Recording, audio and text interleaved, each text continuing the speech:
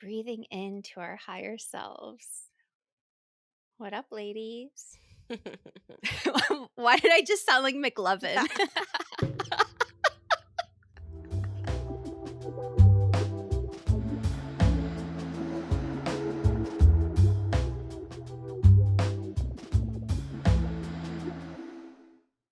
Hello, and welcome to Frequency Broads. I am Victoria. And I am, you guessed it, Tara. What up? We have made it to the end of the season where we have interviewed a lot of our lovely community, although there are so many out there that we love and cherish and honor. And we just wish that you could have been a part of that. It's never too late. Just remember that. But now we are here opening up a little bit more about each other. And I know you guys have heard so many stories about our lives and experiences. And that's why we put the question out there. What did you want to hear? And we got a lot of questions back. So we're trying to narrow it down. We're trying to answer as much as we can. So we might talk a little quickly just to get through as much as we can. And if we didn't answer your question, just know that it's something we have contemplated and put into our hearts. And we appreciate you sharing that with us.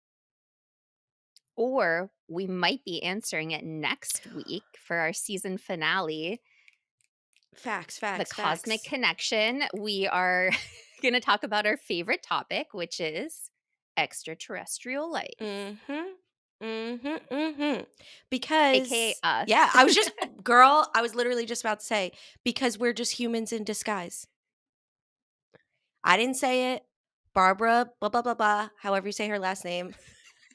How do you say it? You know, I can't speak. uh, Martian, Martian, Mm-hmm. Her. Martianiac? Mm-hmm. Her. Yeah. That's in her book, Bringers of the Dawn. And they really emphasize that we are humans in disguise. Or we're disguised as humans. That's what it is. Not human. Well, I guess does that make the same? Is that the same thing? Humans in That's kinda disguise how that and disguised as yeah. humans. Whatever. You guys know what I'm talking about. And it's the concept that we're a soul living in this vessel, and whether you believe that that soul comes from extraterrestrial or not, you know that you're much bigger than what is your physical body. But we're gonna get all into that next episode, and let's hit it. Let's hit it, Victoria. Let's interview style. As I mentioned to Victoria, Venus retrograde has gotten me raw and wriggling. No, no, I don't know.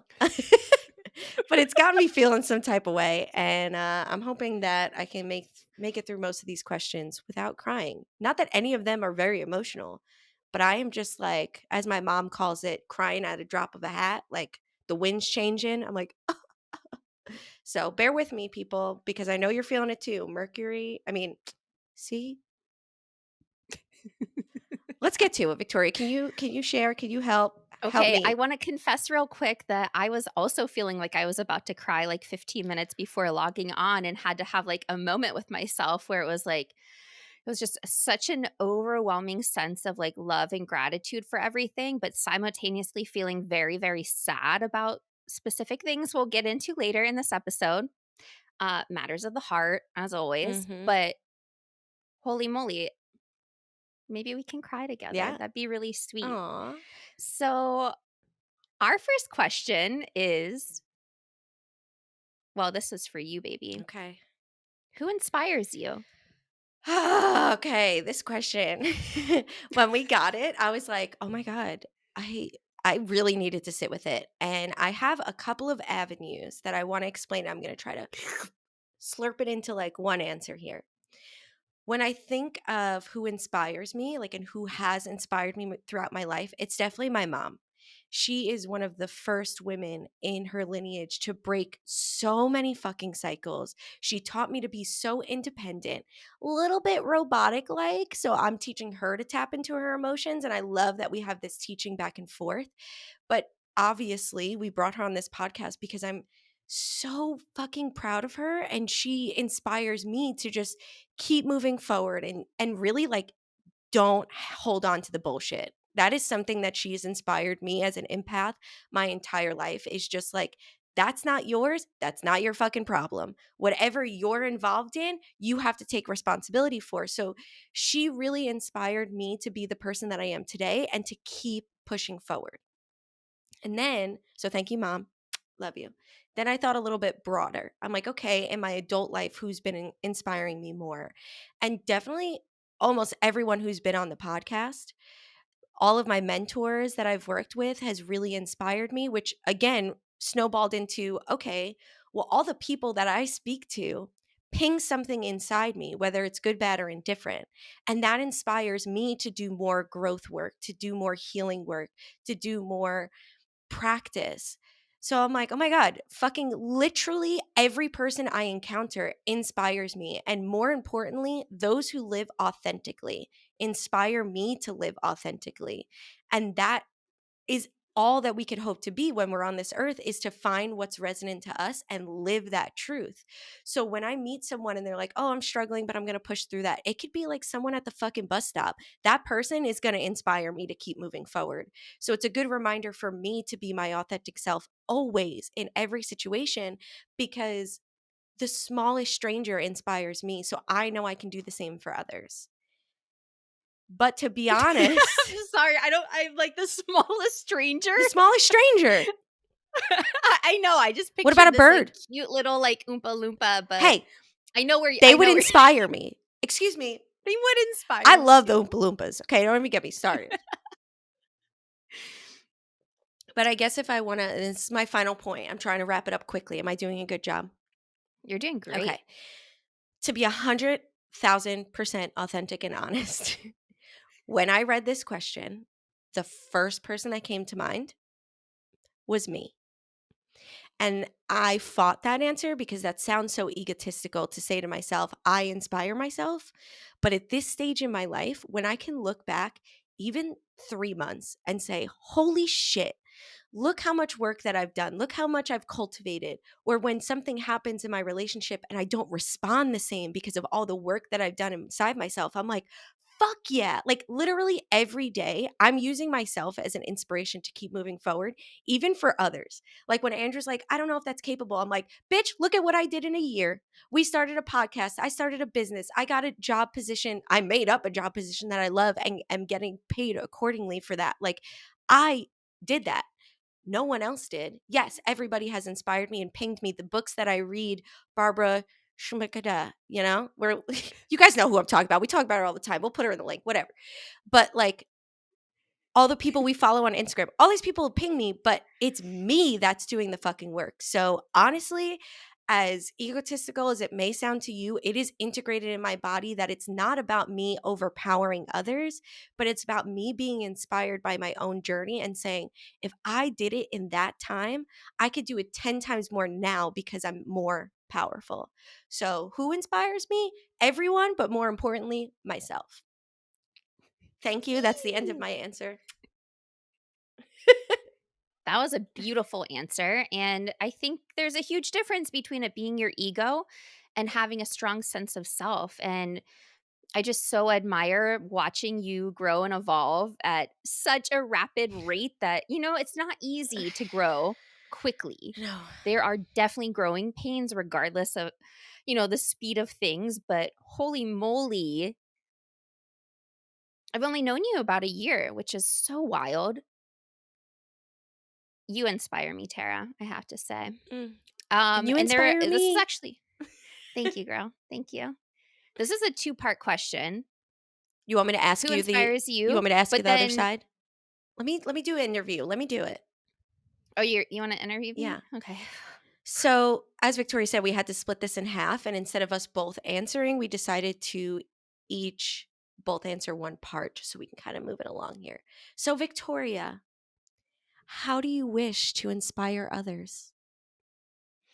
Well, playing off of what you were just talking about you inspiring you, I think it's so important to tune into the energy of the muse and becoming your own muse. And it's way more simple than I think history or poetry or movies have like made it out to be, right? To be your own muse is to have a strong sense of self, to know your body, to know your cycles, to know your traumas, to be able to hold space for yourself as well as others, um, to find inspiration in the little things in life. The subtleties in life is actually where the magic is, at least Mhm. from my experience. And I think I'm going to second what you said earlier, Tara, is that, authenticity feels and looks so good in the human body because it brings all of the soul essence, all of the self into this vessel. And that is ultimately like the goal, right? The goal is to be embodied, Mm. fully here, fully present, not back there or in the future. Just this is all we have. This is all we have right now. There's no one else I'd rather be spending my time with than you Oh, thank you. and you and you and you. Um, But how do we wish to inspire others? I think it's an inside job first and foremost. So I just hope that me having my energy right and feeling good in who I am, and this gets really tricky because I tend to be someone who, I'm very social, but I don't like to be social if I don't feel like my energy is right. If I have any inkling that like my pain might be projected onto others in any way, like unconsciously, subtly, just like by me existing near someone, because that's how energy is exchanged. And more and more empaths are waking up to their abilities. And I have found that going out and still like coexisting in any type of pain or ickiness in my energy while also like being true to myself is how I navigate the world. So yeah, long story short, I feel like this is very like pageanty of us. Like I want world peace and I want everyone to be embodied and comfortable in their skin, or I mean knowing how to tend to the uncomfortability, which I'm like, I feel like a freaking broken Mm. record at this point, but that I'm starting to see a theme here. And I think you're going to see later on why I keep bringing this up. So, Mhm. Mhm. I agree with you absolutely. It's we're hoping to inspire others to just do exactly what we're doing, right? That doesn't mean start a podcast if you don't feel like it, but that just means like living authentically, finding your truth, using your voice, and hopefully by us just being us, you find it the power inside yourself to do the same. And I think for me, the two key things that I really want to inspire others to do is that, right? Find your truth and live it and know that it's not that fucking serious. How many seasons am I gonna say it? But it's so true, right? Like you find so much more joy when you don't take it seriously. So that's what we're hoping to inspire you to do. oh wait, one final thing. My wish is that people feel safe to express themselves Mm. in whatever form they choose. Yes, I love that. Okay, okay. I got another one for you, Victoria. All right. Are you ready? I don't know. Because you know what's That coming. I mean, we both know the I questions. know. Like it's too soon for that question, right? I need like a drink first. I mean, charge your water, bitch. But I'll ask it and let's see how you feel about it. Okay. Yeah. It's how's your romantic journey? What about it is evolving? And you mentioned abandonment. So how has abandonment been playing out for you since, let's say, the very beginning of season 1 when you really talked about your romantic journey? Well, my romantic journey was pretty non-existent at the beginning of season 1, intentionally so. Whew, and I got to anchor into my creative center in a way that I just hadn't really tapped into before, because your creative center is also home to your sexual center, and to play with the two of your sexuality, your sexual healing energy, as well as your creative energy. Whew, it is some potent stuff. That being said, you know, I met someone who is very much a soulmate. We're similar in far too many ways, and I think there's some comfortability in being able to, like, just let down your guard almost immediately upon meeting someone from your soul tribe and just say, like, "Oh my god, here I am, just love me the way that you know to love me," because it's so inherent in our DNA. And to be able to have the type of relationship where you can communicate telepathically and in the quantum realm is like next level sexy and intimate. But like I said, in a prior episode, that just logistically wasn't going to work out for various reasons, and I'm grateful it isn't because I put myself out there probably a little sooner than I should have, could have. And I met someone really amazing. So it was almost an instant, like, twin flame dropping into my world and totally rocking and shaking all of the things I had, like, kinda tucked away in my body, in my cellular memory that was just meant to be brought up to the surface during this time, and it really felt like the perfect time for me to deal with some of these things, like abandonment, like, "Oh, why haven't I fully opened myself up to a partner? Because 'Cause I'm afraid I'm gonna be left," and that's exactly how the relationship ended. I mean, it didn't last very long, but it really was, how do I wanna put it? Mm. I did write notes last night. Let me consult my notes real quick. Yeah. So, I decided to open my heart up pretty quickly after having a very intense, concentrated amount of time with someone who I feel like I've known for a millennia. And, we're the same in so many ways, for better, for worse. But it just wasn't going to work out. And, accepting that was a really, I think, empowering thing for me at the time. And so I attempted to redirect my focus to myself, my work, and of course, who and what I was going to love in the moment. So jump ahead to about 2 months ago. And by ahead, I mean back. I'm on a site and poof, I meet someone. And at first I was like, about him. Like, it was like, okay, it's fine. We have great conversation. And like, am I that attracted to him? I was still so wrapped up in the past situation that, like, could I really give him a chance? But then he grew on me, and really loved me and cared for me in a way that I've always wanted a man to love and care for me. So, yeah, during that time, I faced so many lingering fears, the battle wounds I never got around to tending to, as it was easier to tuck the trauma away for another day. And so the day happened to be during that 2 month window with this man. And it was a beautiful karmic connection that I couldn't have, like, scripted out better myself. Like, if we have soul contracts, which I believe we do, and I, wrote up this soul contract with this man in particular, like, I'm gonna give myself an A plus on this.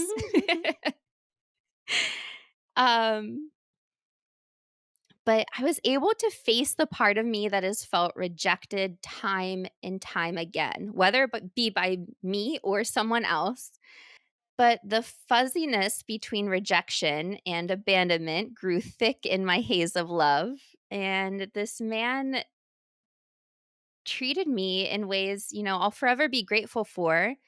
But like all good things, it came to an end. And he was the one to end things. And even though I think there was a part of him who didn't want to, he ultimately knew that he didn't see a future with me. And in that moment, he was telling me he didn't see a future with me. I could have, like, my ego could have jumped to the scene and been like, "What? Why not? I'm so like, what's wrong with me, right? Or what's wrong with you?" And I was so quickly able to rise above it and look at the situation as a divinely planned encounter, implanned, as a divinely planned encounter where I got to face my shit. And here's the thing, like, I think there's a difference between a soulmate and a twin flame, right? Soulmates are, like, easy. It feels good. It's very satisfying. A lot of long-term girlfriend friendships I have, I believe, are soulmates. Families are often soulmates, even though there's like a twin flame factor. Twin flame relationships are kind of quick burning, tumultuous, passionate, intense. Like if you're someone who loves NRE, new relationship energy, you are probably someone who just like brings in a ton of twin flame relationships. And observe if you are someone who does this, if you keep getting the same type of person, or if you've learned your lesson and have moved on to the next, and like how long it takes you for you to break that cycle of what you need to learn in that relationship. But this is about me, not you. So let's go back. Leo season. But I had this flashback to all of the relationships I've been in where the man could not give me what I needed, was not 100% in. He had one freaking foot out the door that I should have shut the door on him like a long time ago. But for whatever reason, I stayed because I'm very loyal and committed when it comes to matters of the heart and when I love. And I see the part of people that need to be loved and tended to that they should probably be tending to themselves. So Mhm. that's a whole nother topic of, you know, not necessarily just falling in love with potential, but falling in love with someone's soul and the part of them that they can't really see themselves yet. And so that's why it feels really good. But twin flame relationships are also often mirrors. Not to say soulmate relationships can't be as well, but usually you're faced with yourself, similar to how Tara's talked about relationship villains before, right? Like Mhm. these people like mirror so much to you. And I know I've talked about the narcissistic empath relationship dynamic. And I feel like over the past few months, I've really grown to see it with a new lens where, everything's a spectrum, right? To use the word narcissist is something I think we need to really be more specific about the ways in which people are narcissistic and where that's stemming from and what you can do to deal with it, that behavior. And like, is it a deal breaker? Like, and oftentimes it probably is if you're using the word narcissist. But also like a person's ability, especially in a twin flame dynamic, to bring about all of the parts of you that like you really love about yourself and embody those parts and then mirror it back to you as if it's the other person when really it's you Mhm. experiencing these aspects in the other person. And that's ultimately what we fall in love with, is the parts of ourselves that like is being amplified by the other. Whew. So I guess my whole point is that if a man ends things with you, like trust it. Like really trust what he means when he says he can't give you what you need or what you're looking for. And don't settle, don't sacrifice, because men often know like from the get-go. And like if he knows that he's not going to give you like his best behavior, intentions, energy, love, like don't bother. Do not settle for half-ass love. Mm. We don't got time for that. And many fast burning flames, this one came to an end. And there's so much we wanted to do, right? Like from crying at the opera to him teaching me how to drive stick, like all these like, oh man, coulda, woulda, shoulda. Um, but alas, here we are apart. And jumping back to something I mentioned earlier, it's this like raw, vulnerable love where I can like mourn his absence, but at the same time be happy and fine. Like I'm doing all the things that feed my soul. And it's okay to be sad at the same time. And it's going to kind of, the scales will weigh at various times and just kind of leaning into it. Whatever arises, like just face it. Don't keep tucking it away, girlfriend. I guess by you I mean me. I'm talking to myself right now. Because I don't have a twin flame right now. I gotta mirror shit back to me.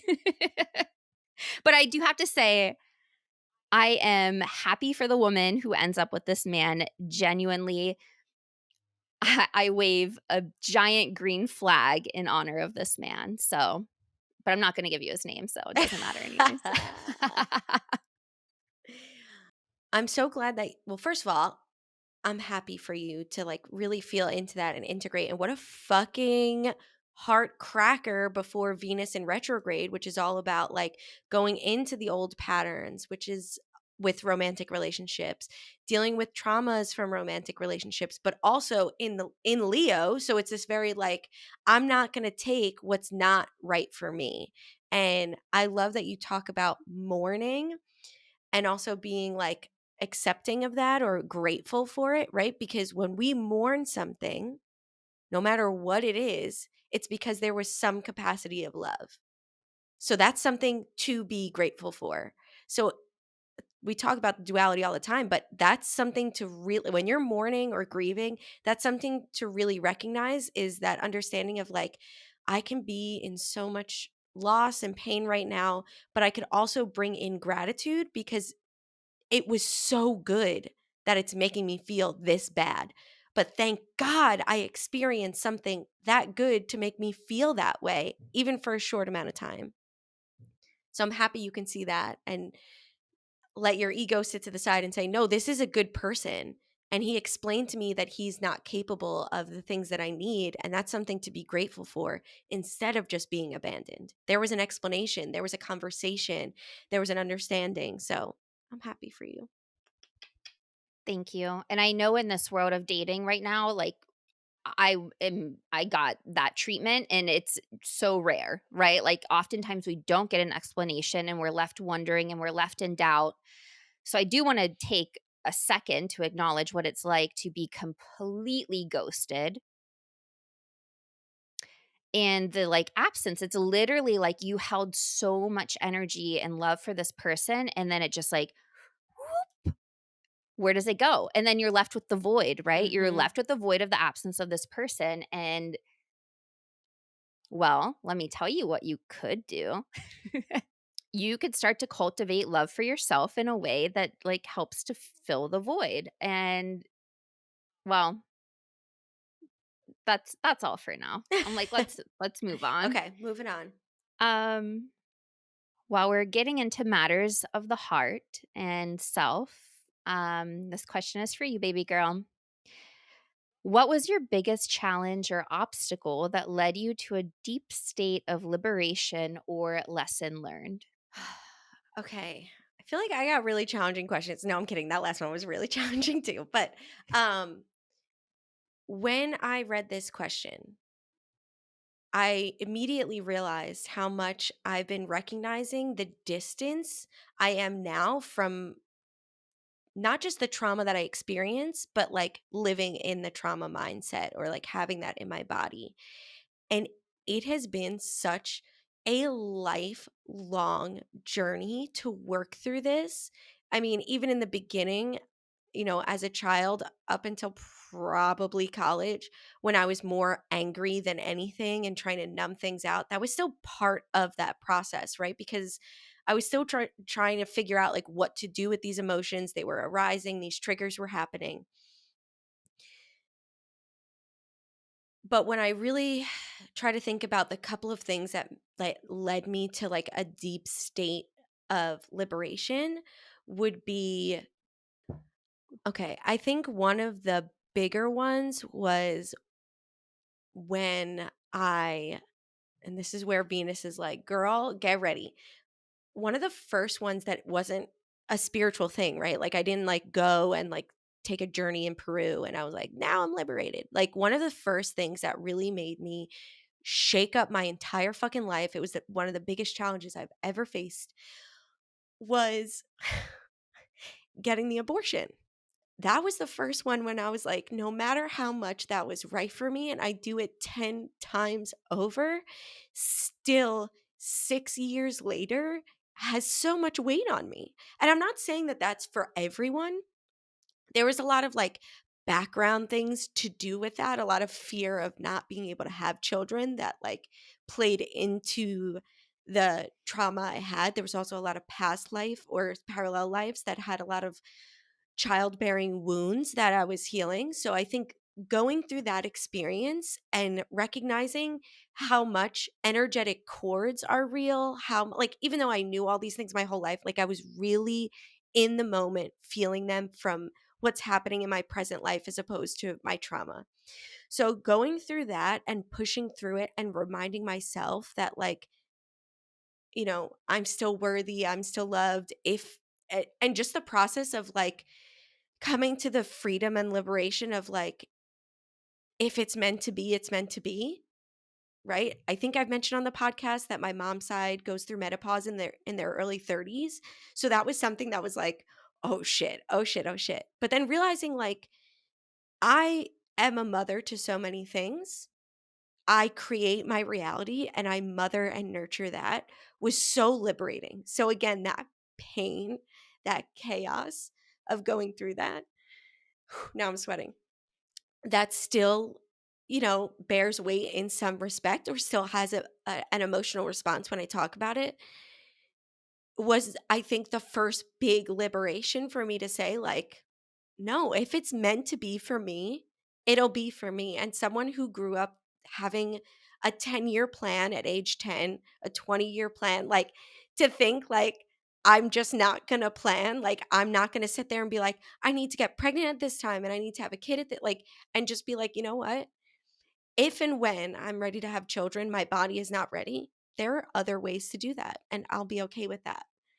And then I think the next big liberation, although there's been many, I'm just trying to pick out like two or three big ones, was 2020. I think there was a big awakening for a lot of people, and it allowed us to have all of this space and time that we never had before to sit in the discomfort. Like everything was burning down to the ground in every way, in like physically, societally, like just everything was happening. And I needed to sit with that discomfort. And I spent every fucking morning.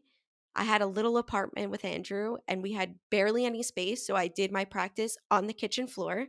And he woke up to me sobbing every day on the floor. And once I realized and met my shadow, that was a lot of my shadow work to really be like, what is happening? Where is this coming from?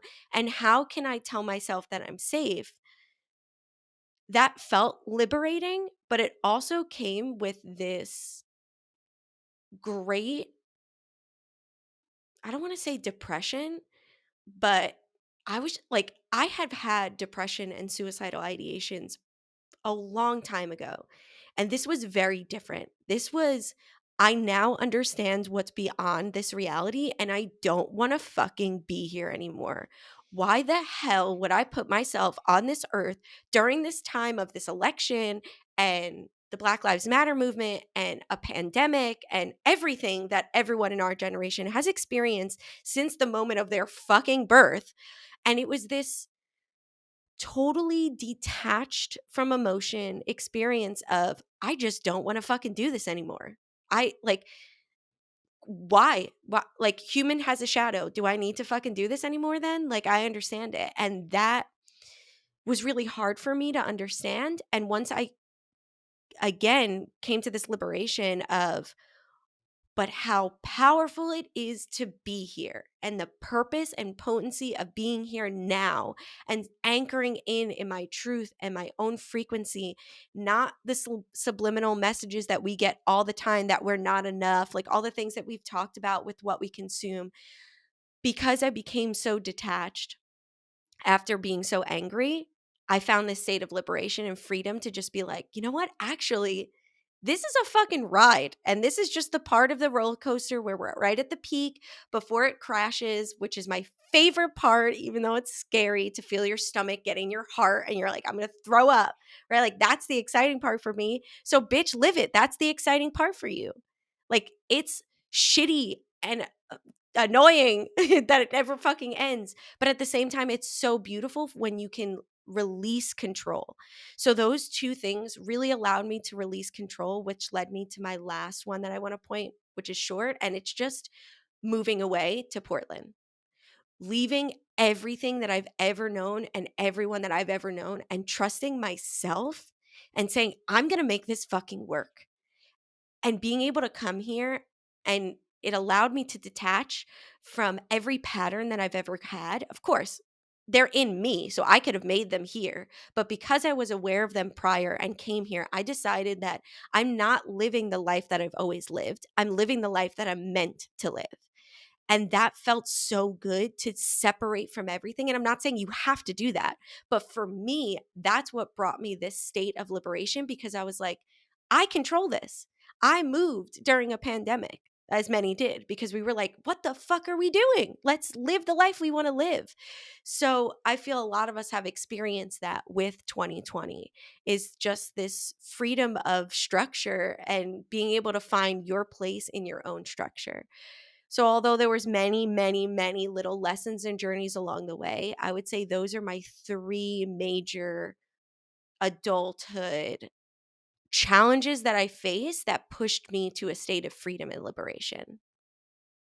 Mm, girl, thank you for sharing your stories. That wow, your words are gold, and I think I'm going to speak on behalf of everyone right now. We are so happy you're raw and vulnerable and able to share these little nuggets of your truth, Thank you. because I'm sure there are so many people out there who've experienced similar situations where it is just some of the most painful pain you can experience as a human, and you made it through, and look at you now. Yeah, because if you experience the literal bottom of the barrel pain, you've just cracked yourself open to experience the most euphoric joy and pleasure that you will ever feel.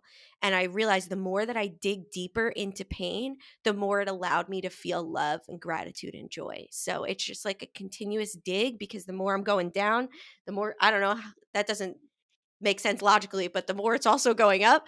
And it's been really, really challenging and difficult. But like you said, with the mourning and gratitude, right? If I can remind myself that every time it's fucking challenging, the hardest fucking times that it is challenging, I know that come like a month from now, I am going to feel more peace and love than I've ever experienced in my life. And so it is. And so it is. And so let's shift.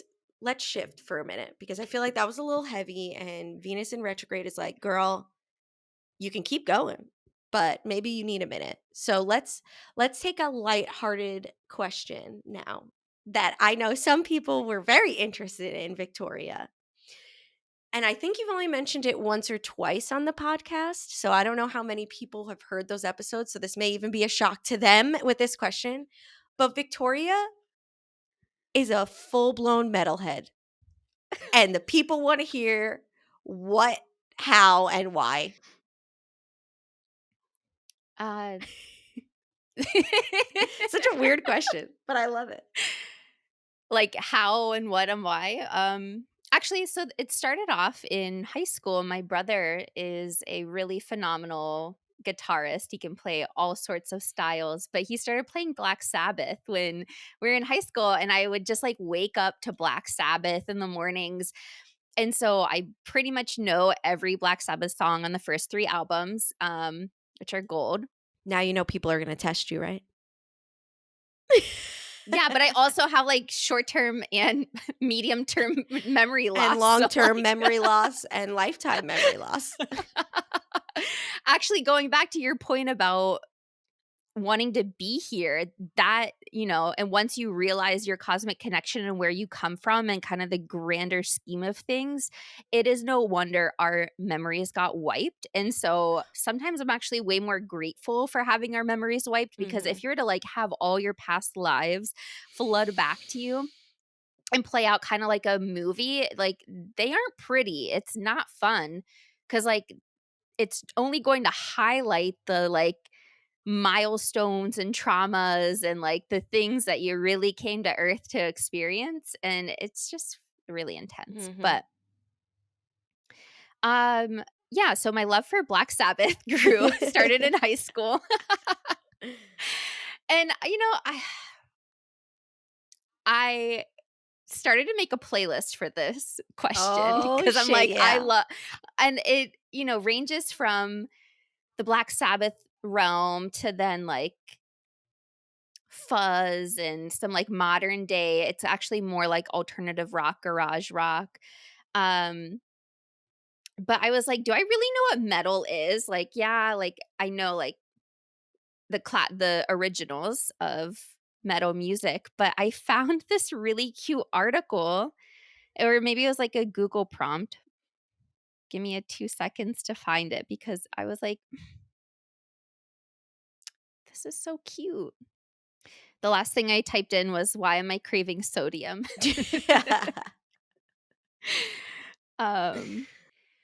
Um, if you really think about, like, the tone and the vibration that metal music brings you, it's very aggressive, it feels kind of angry, and that was one thing that as I was reflecting on why do I like metal music, I felt like it has always been this way for me to channel my anger, and Mm.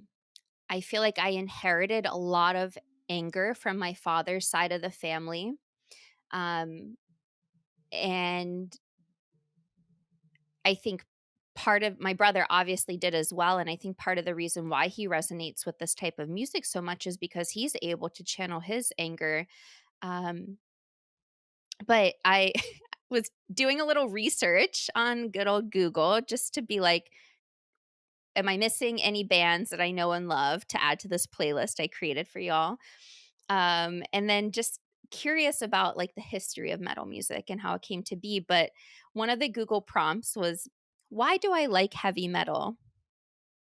And it says, blah, blah, blah, openness, possibly because people with more open personalities would be drawn to music that is intense, engaging, and challenging as metal can be. Oh. And I'm like, intense, engaging, and challenging. That's sort of what it's like to date me. Just kidding, but probably true. Mm, true. We are in partnership, We so are. We are. okay. So long story short, metal music, yes, I love it. I love all sorts of live music. I think I've always had a crush on like metalhead type dudes too. Like if I could be like a roadie for like Metalocalypse, of course I'd be a cartoon girl, Of right? course. Um, yeah. So catch me at the next metal show in town. Do But you want to put it out in the universe right now? I know you've been manifesting something. what am I manifesting? Ozzy's radio show? Oh my god, I forgot the most important manifestation of all. Yes, I'm gonna put this out there. So I've been telling Tara that since the beginning of starting this podcast, I'm like, I wanna be on Ozzy's Boneyard Radio on Sirius XM. I want like a Saturday night like time slot, like stoner hour, Sabbath hour, and I would love to play like the best of Sabbath, like old school Sabbath, Sabbath you haven't really heard. Like, All right, community call to action. Everybody get out there and be like, Ozzy, get this girl on.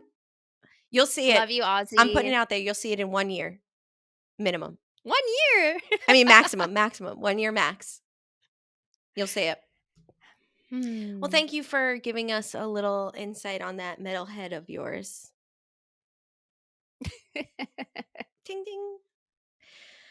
What else do we got? Tara, Mhm. what enables you to keep trusting the universe in moments when you feel forgotten? Honestly, it is so fucking hard, and the best thing I could tell you is just, like, I don't know. Like, I literally don't know. I just have to do it because I guess it's because I've seen it so many times where, like, right before I give up hope, right before where I'm like, "Girl, you fucking said that this was gonna happen."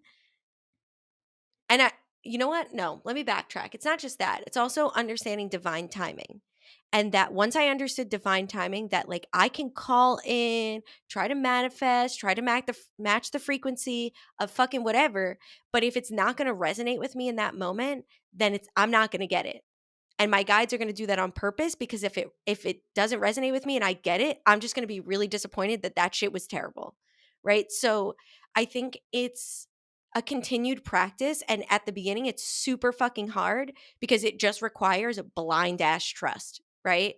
But finding the small synchronicities really help because I'm like, okay, I'm facing this challenge and I'm asking for my guides to step in and help me, but also Victoria's facing this challenge and someone else is facing this challenge. Okay, I'm seeing some synchronicities, which means it's in my realm, it's in my frequency.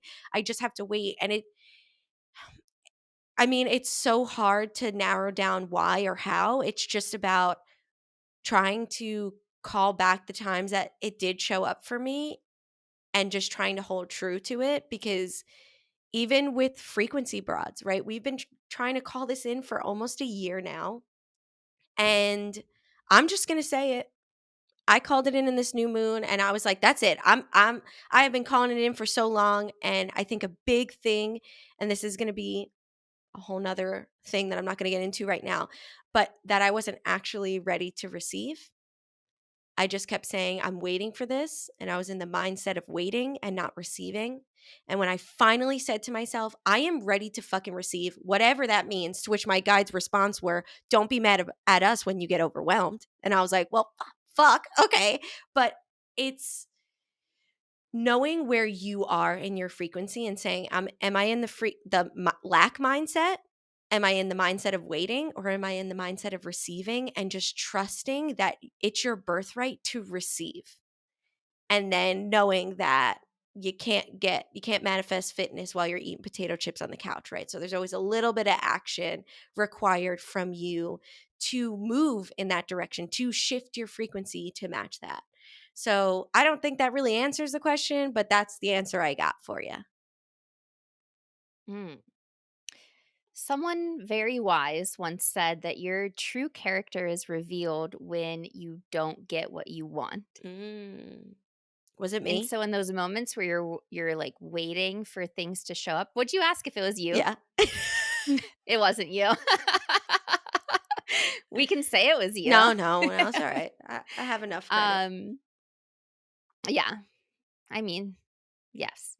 Yeah. So I think it's important to focus on like who is that character regardless of the situation, regardless of what's coming or going and receiving, like focus on that character and that's when the magic starts to happen. That's when the synchronicities line up. Mhm.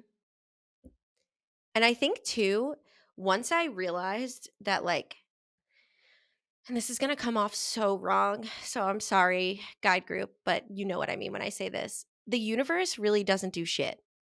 You do. Your frequency does. Humans and in this 3D reality, the only thing that can manifest is you. So you need to get your energy right.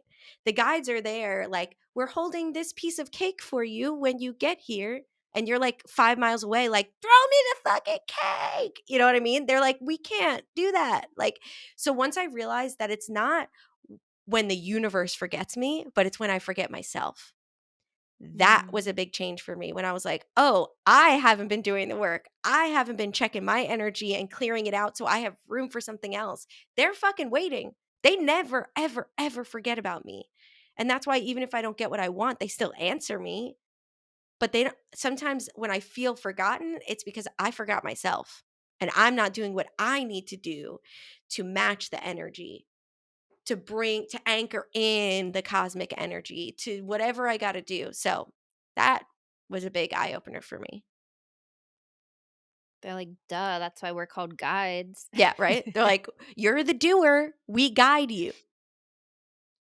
You're the experiencer. And Yes. so when you start to look at it from a lens of what am I experiencing right now, and then choosing your own experience. Yes, yes, And yes. there's so much subtlety to it, right? Like, and the thing is, like, you've been checking in with your energy since like day one. It's just you haven't really like known it to be as such Mhm. because if you were taught these skills of learning your energy and your kind of your blueprint, your energetic blueprint, you'd be a force to be reckoned with. Like you're so powerful when you learn this about yourself. So that's why we're here Facts, today. facts, facts, facts, And every facts. Thursday that we are here. Until you get on um, the boneyard on a Saturday, then it'll be a Saturday. well, we'll be talking about like stoner things, so which Anyway. I think when you start to have this awareness come about, for your energy and what's going on and you're the experiencer, right? Like it takes away from the subtlety of it because you're drawing so much of your attention to it. So I think when people are talking, usually on the internet, right, saying like manifest, but then like set your intention and then forget about it, that's what they mean. Mm,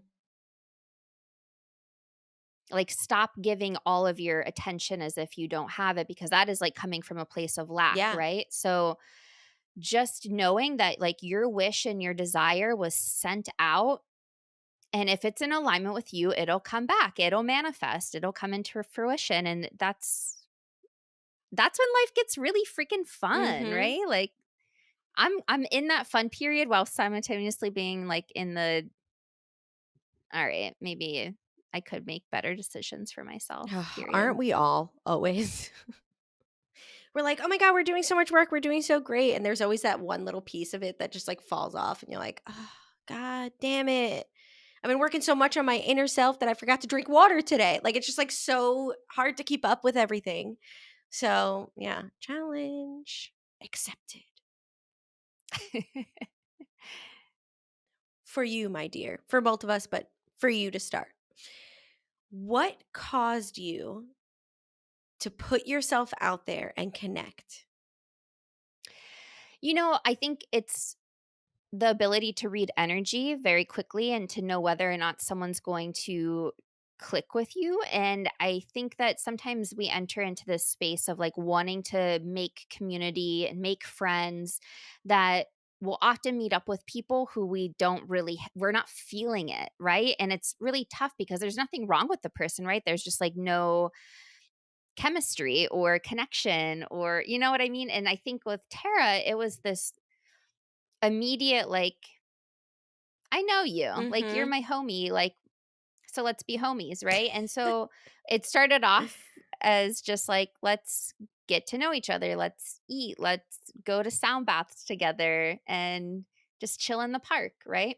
And it's so funny. Tara and I had not had our first drink together until like 2 weeks ago, which is wild, right? Because I Yeah. think living in Portland, it's such a drinking town. And of course, I was going through like my sobriety period last year. And I thought it was a really beautiful moment where we're like, wow, we don't need alcohol to like bond or to like tolerate each other or to like get the conversation going. Like, and of course, we had like the cheesiest, like silliest drinks at Dave and Buster's of all places, of all Oh the places god, we can please. go. Why'd you But have to tell people that?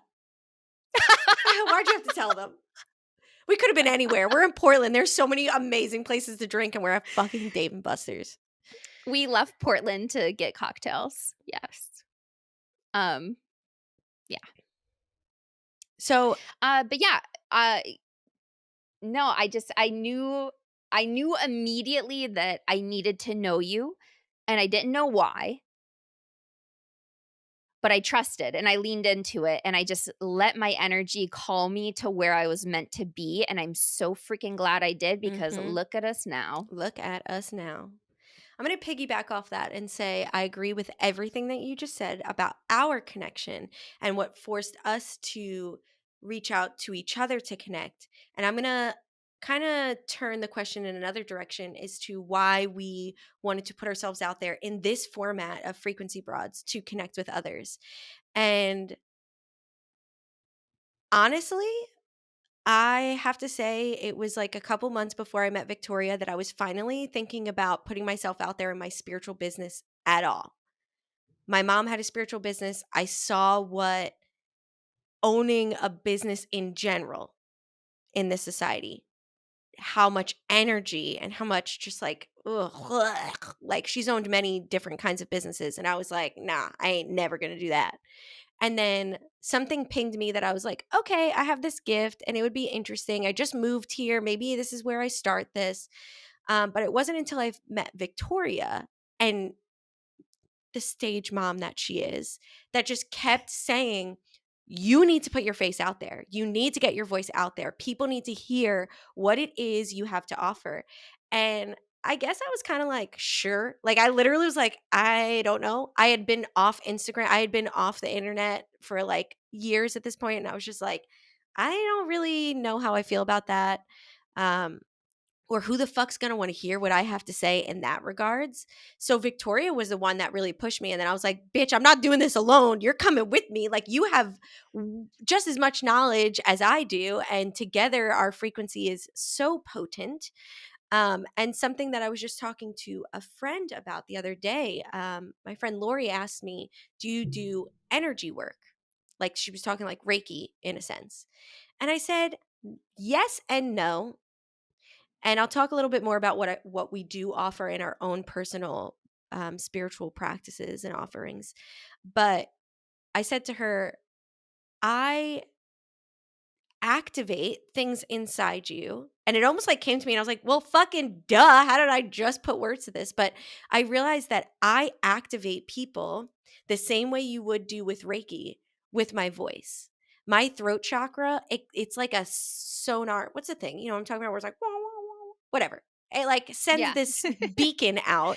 And that's why my whole life I would like sit at the train station on Staten Island and a stranger would sit next to me and all of a sudden start talking about their childhood traumas, and I'm like, or their relationship, and I'm like, well, have you experienced this? Have you talked about that? Have you looked at that? And like, just speaking and questioning or bringing insights to one another. Like, I'm not a fucking therapist. Most of the time I'm telling you how it is. I'm not letting you lead yourself there, because by the time you come to me, your guides are already pissed that you haven't been listening most of the time. I'm going to be honest. So they're just like, can you just fucking say it, please? So I think for me, you pushing me, Victoria, made me really step into that, in that what I might be saying might not actually resonate with you, but it's waking shit up inside you. And that's why I make people cry a lot, because I'm just like, for example, last little thing I'll say is I went to Megan and Evan's sound journey, and it was fantastic. And there was a woman next to me, and we were all explaining about how it went for us and what came up. And I just like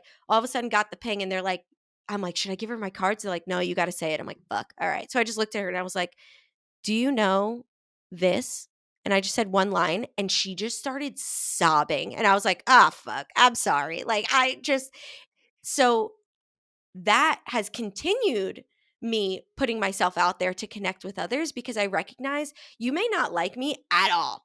Like, you may like be like, she's fucking crazy and she's a bitch, but I don't care, because I know on a cellular and soul level, I have activated something in you, and that may make you feel super uncomfortable, but that's my fucking job here. I am the challenger. I am also the enthusiast, if we're looking at the whatever fucking Is it uh Enneagram? yeah, I'm the challenger and the enthusiast equally. So like, I'm like gonna push you off the cliff and be like, yeah, you could fly. Woohoo. You know what I mean? So it has pushed me to continue to connect in this relationship with Victoria, but also with Frequency Broad's community. You were so your mother's child. My goodness. Facts. Victoria's spitting facts today.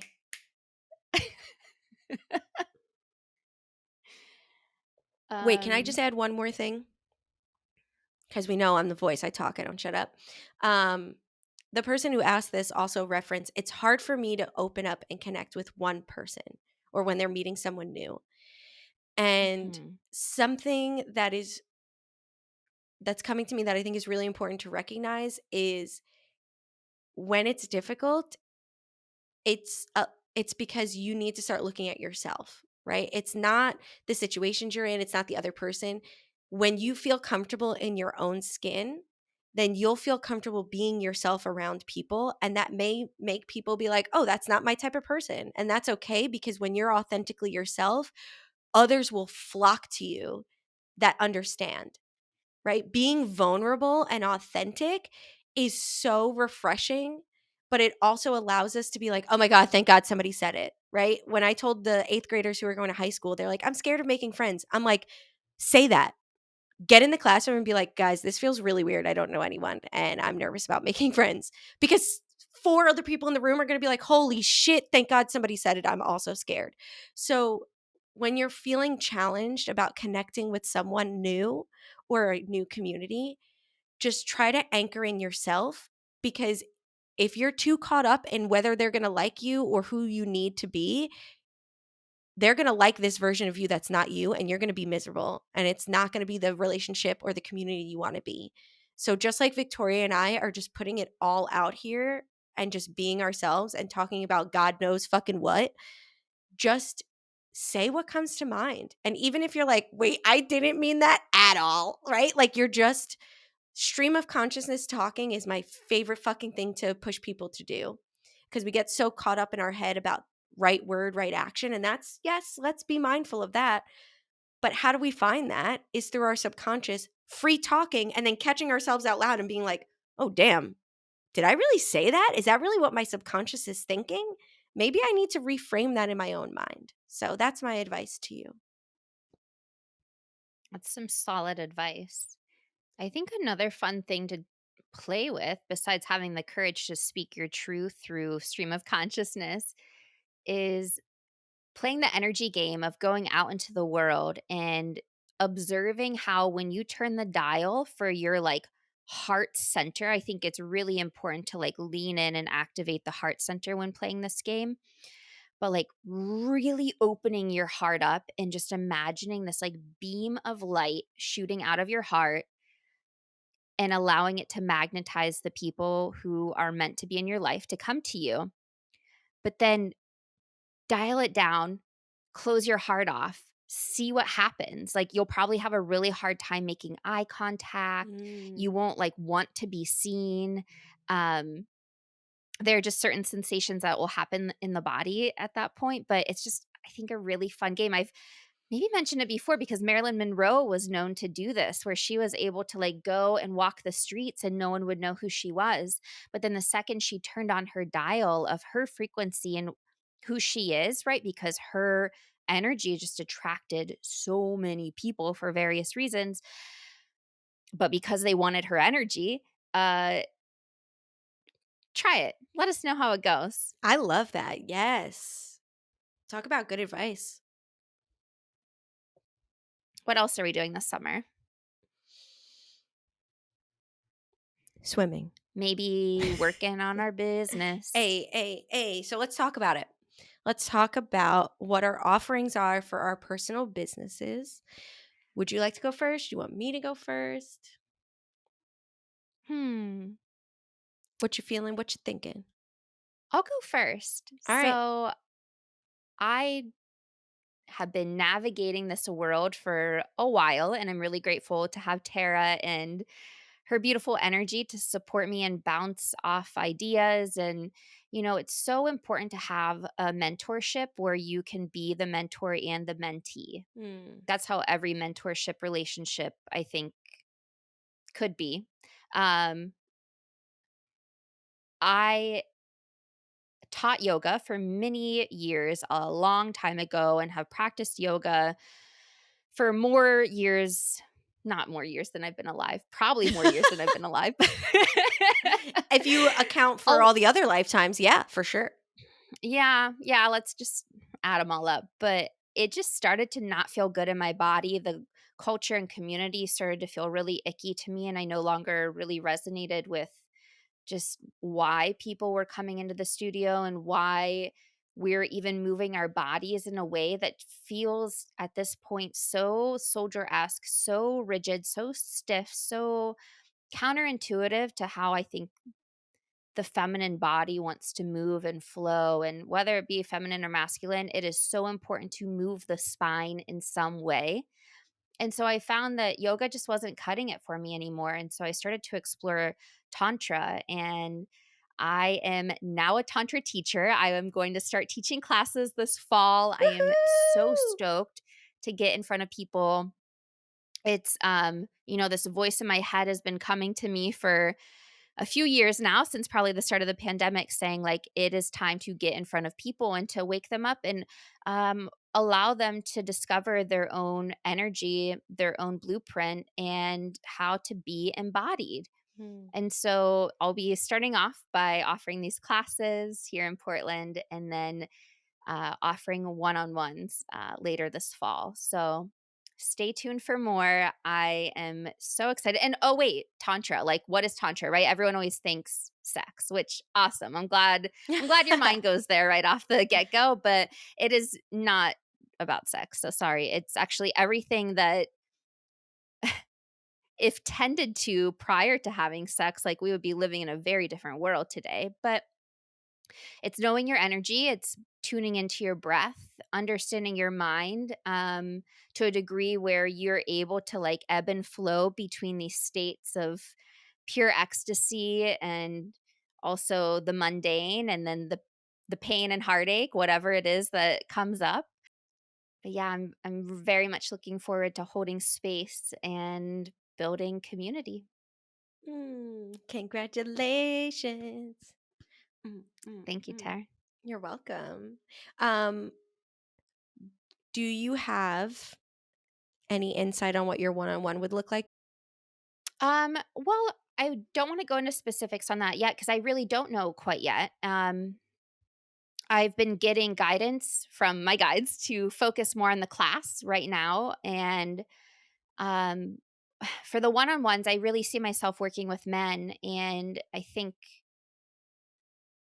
there's such a beautiful community of women arising right now, and I so see how men are not necessarily having the space to tune in and tend to themselves in the way that I think they want to. Mhm. And so that's why I'm very much feeling called. And yes, I'm doing it for the men, but I'm also doing it for the ladies because I think we all deserve to have these fully embodied, conscious men, supported and loved.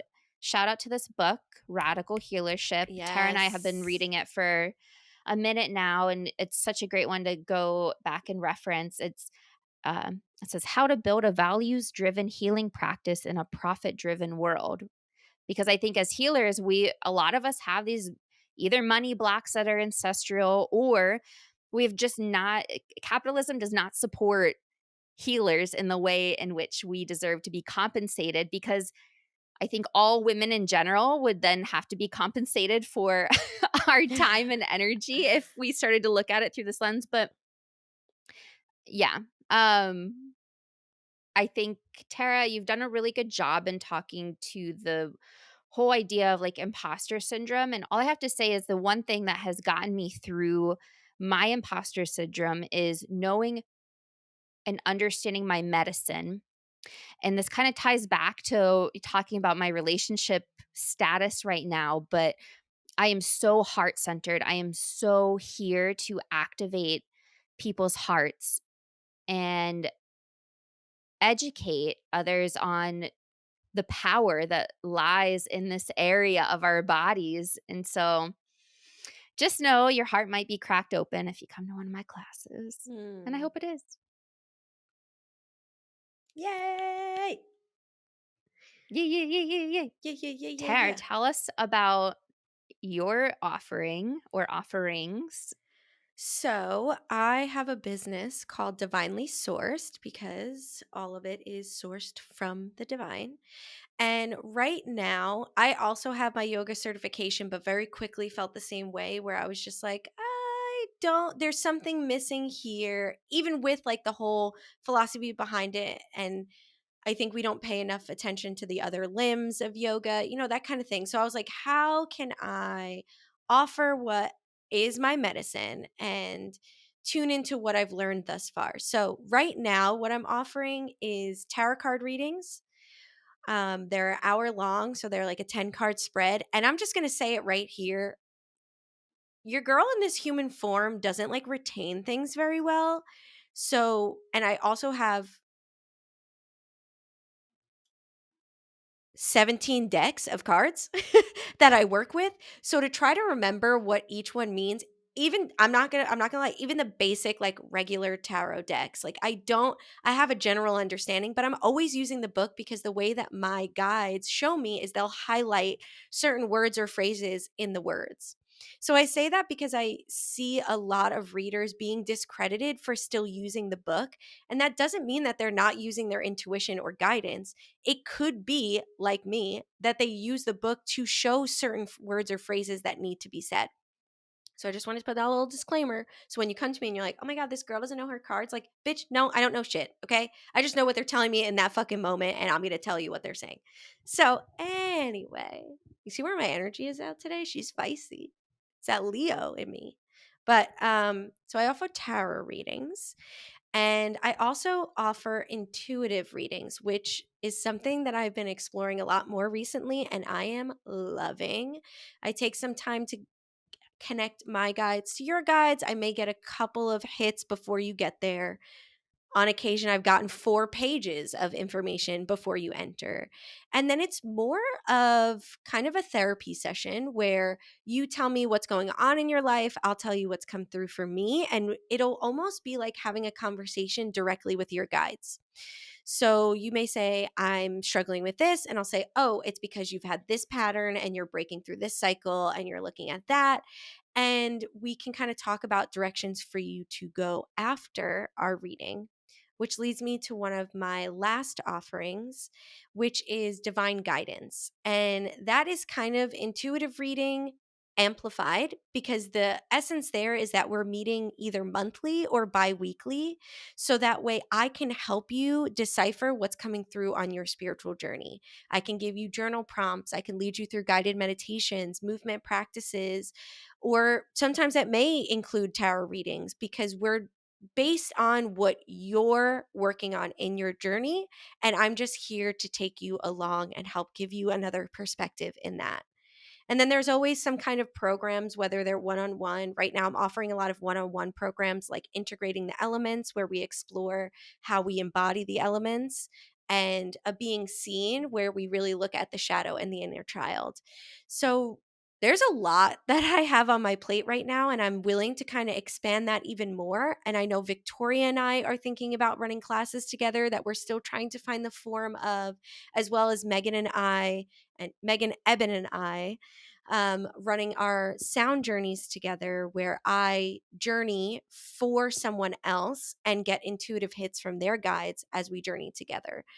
So you can check out my website, divinelysourced.org, not .com, .org, because that's what I can afford at the moment. um, to find out more about that and the medicine that I offer. And I hope to hear from you, because I love giving readings and I love helping people. And I love telling you what your guides have been trying to tell you for so long, because they're really fucking funny. So come find me. They are really funny, and I can just should I give my testimonial now or later? Because it's about to come out. Yeah, I mean, now I guess. Aw, Tara, you're such a talented, beautiful beacon of light, and I know you are seriously the real deal. Our guides have obviously been in contact, my people and your people. And yeah, she legit, she knows what's up. As soon as she knew what my guides are like, I was like, yeah, I know. I know you're real. You got this. Thank you. Um, and I'm really looking forward to seeing how we work together out in the world with other people in the room instead of Hmm. us being just in your ears. So, You think we're powerful when you're just listening? Wait until you're in the space with us, bitch, whether it's virtually or not. Like, wait, because our energy pumps. I don't want to say like no other, but like we're unique. So, like no other. you're 100% right. You're 100% right. Whew. All right. Well, those are all the questions that I feel we have time for. Although there's so many others, you know.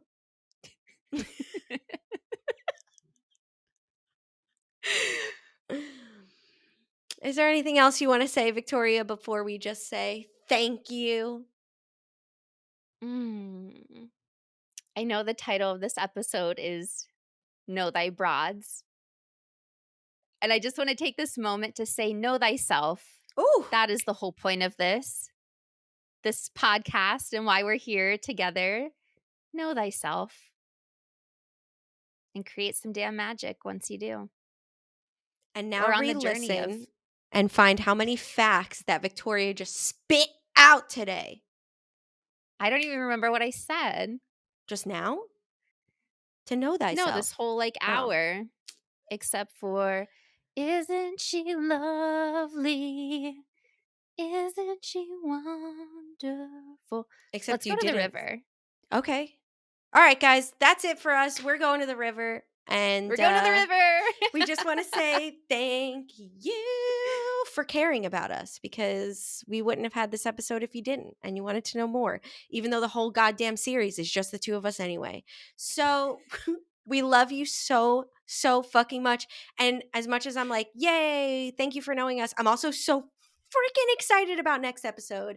So please, please, please come back, tune in, like, share, subscribe, do the whole rigmarole. You know what I mean? And that's what I just got to say. Thank you for loving me. Thank you for being there. The whole world's thanking you. Everyone's thanking you. And if you watch Bob's Burgers, then I love you because you get that reference. Okay, goodbye. I love you.